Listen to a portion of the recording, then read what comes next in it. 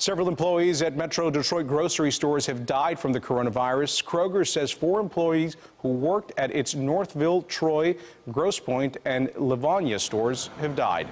Meijer says 4 of its employees died as well, but provided no additional details. Both grocery chains have provided grief counselors for its employees. Mayor Mike Duggan said although state coronavirus cases are going down, the progress is still slow. We have to stay with this so diligently until we completely break the back of this virus. Duggan added the number of deaths in the state has gradually gone down over the past couple of days. He continued to urge residents to follow the governor's stay-at-home efforts. With COVID-19 still on the rise in Michigan, the virus seems to be more prevalent in certain communities. Governor Whitmer is taking action to address racial disparities when it comes to the virus. CW50's April Morton has more.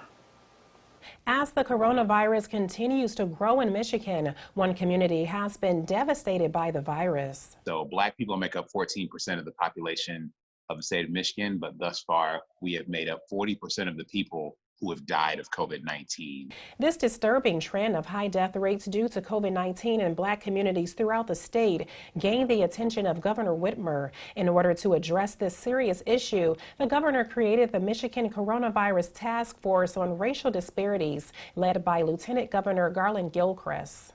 To bring together a set of medical and public health experts, as well as stakeholders in the community, to think about how we can directly and specifically work to decrease this mortality rate amongst Black people and people of color. Gilchrist says there are several contributing factors that puts Black and minority communities at a higher mortality rate, one being pre-existing conditions that has plagued Black communities for generations, like diabetes and high blood pressure. Also, lack of proper health care and environmental factors. Gilchrist says he has experienced these disparities firsthand. I've lost 15 people in my life to COVID-19, and I have other friends and family members who have tested positive or who are in the hospital.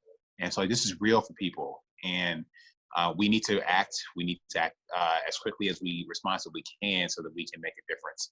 Gilchrist says every day matters in this pandemic, and he wants to put intervention on the ground quickly. The task force will meet twice a week starting tomorrow. In Detroit, April Morton, CW50, News at 10. Governor Gretchen Whitmer facing heavy backlash over her COVID-19 response, and now many want to see her out of office. A new Change.org petition has already gathered more than 175,000 signatures calling on her recall. The petition blames her for the coronavirus outbreak in Michigan and business closures. It also criticizes the slow fixing of state roads. A nurse who works in the intensive care unit at the Henry Ford Hospital is sharing her experience both on the front lines against COVID-19 and her personal battle with the virus. It's very different. It feels very surreal, kind of, that you were at home, and I mean, I was not doing bad. I have a lot of survivor skills, like a lot of, like, why wasn't I the nurse that was taken, and why, like, are these people still, you know, fighting for their lives? And Henry Ford Hospital has reportedly had others on staff contract COVID-19. Engelhardt says she is back at work now, helping to treat those with the virus.